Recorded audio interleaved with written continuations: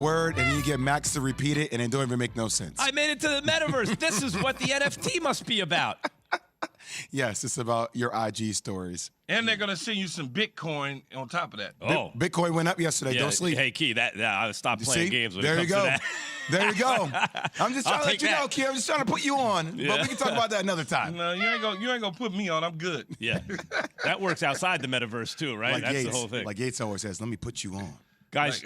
As I would say, if I can't touch it, you can't touch your money now. It's in the bank. Yeah, it's digital. Key hasn't handled cash in 5 years. What are you talking about? What do you got? All your money's stored in a safe underneath your house? No, underneath my mattress. Key, if I told you they changed the color of money, you'd be like, "Really? I haven't seen a dollar bill in 5 years." Stop. It's all high finance. What do I look like? Tom Brady? Please. Can I get an amen? Hey. Draymond Green. Speaking of media, guys, Draymond Green. On if he gives away too much on his podcast. God. Listen to his answer. He was asked about it. Is he talking X's and O's? What does Draymond think about that? Are you conscious at all of what you're saying about the X's and O's, the game plans, the adjustments could be making their way back to Boston staffers and influencing their decision-making at all? Nah. I don't say much different on the podcast than I say to you right here. So, nah. What's the X's and O's that I said on the podcast? Only real thing I noticed that really stood out was you talked about how to cover White, Smart, and Horford differently between games 1 and 2. That was really only... Oh, yeah, that was just contesting shots. If that's X's and O's, then you reaching for something. It's all good, though. Keep going. Reaching heavy. The only thing, you find that they are taking X's and O's away from your podcast. Well, the only thing you said is White, Smart, and Horford.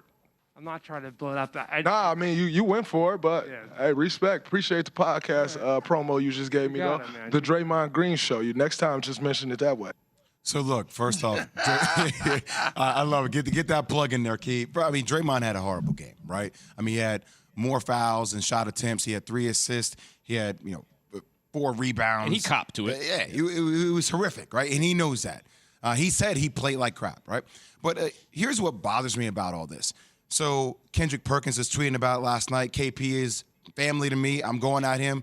And even a big brother to me, and Isaiah Thomas, who literally last night on NBA TV after the game, I was watching, said he's not talking about Jaylen Brown. He's not talking about Jason Tatum. He's not talking about Marcus Smart. He's talking about a podcast. He's talking about Cedric Maxwell and fans. So, Key, this is where I lose my mind, right? He's not giving away insight or strategy on how they're going to defend Boston going into game 3 or game 4. He's giving you insight into what he saw in the game. And to a degree, so what if he takes an hour and a half, 2 hours to do a podcast? Say you play basketball for 8 hours.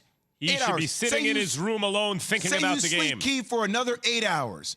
Okay, you have another 8. What are you doing with the other 8 hours of your day? You're telling me you can't take 2 hours of that and do a podcast? That's distracting you from getting ready for the NBA Finals? Like, we're still using this outdated kind of archaic thing where all distractions and he's not focused.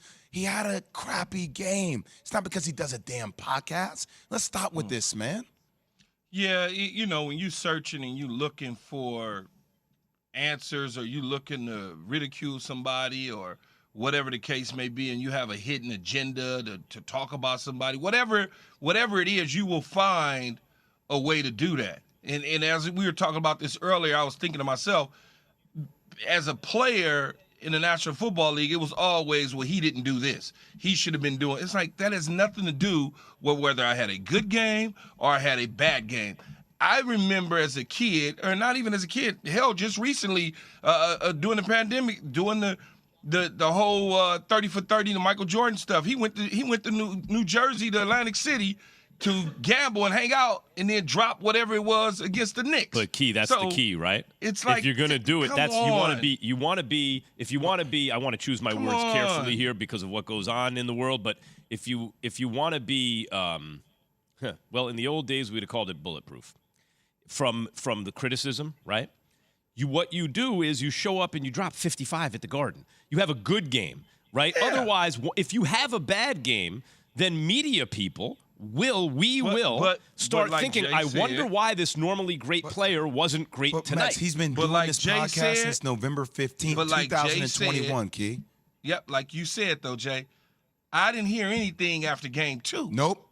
So, like, don't get caught up in the whole media circus narrative. We need to figure out how to get some bulletin board material on this guy so now he can talk about us and we can be relevant. And don't get caught But I up think in if that. a media member thinks, you know what, I wonder if this is a distraction.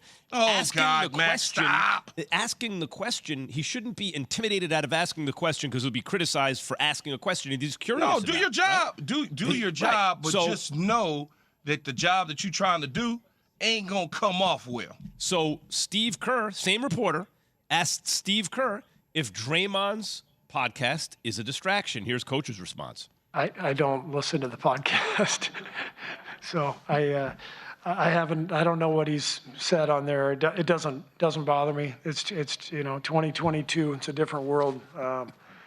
So it's players are part of the media now. That's been established. So it is what it is. I mean, is he wrong? I get how people are going to say things like bulletin board material, Key. You're giving other teams incentives. Like, I get all that. But, I mean, Cedric Maxwell, we talked about it the other day. Like, this is who he is.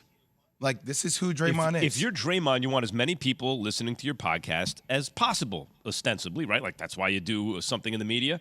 And this is a giant commercial for his podcast now. So should he have done the podcast before the game? Would everybody be satisfied then?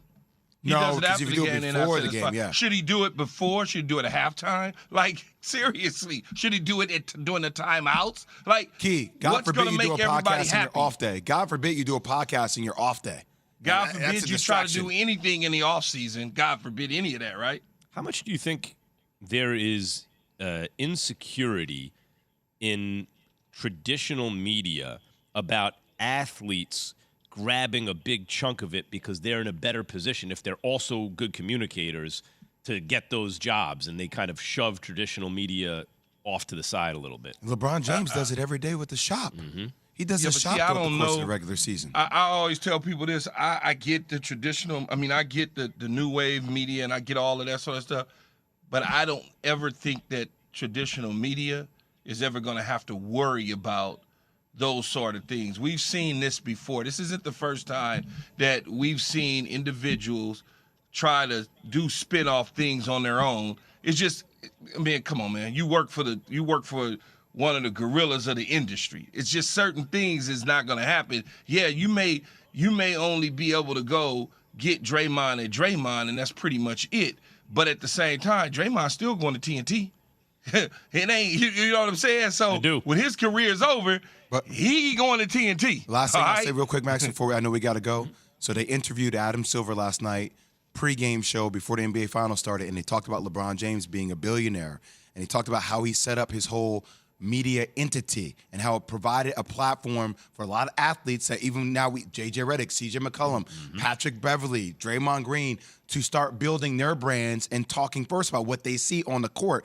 Like, this is going to be something that we are going to be seeing go next level for the next 10 years, and traditional media has to get used to it. Technology has democratized media, but still, as Key says, there are some platforms that are bigger and stronger than others. Don't forget, we're giving away $3,000. $3,000 following Game 3. Tune in at 9:30 a.m. Eastern to find the winning word. Keyshawn J. Willimax is brought to you by Mako. Their scratches, they're dense, they're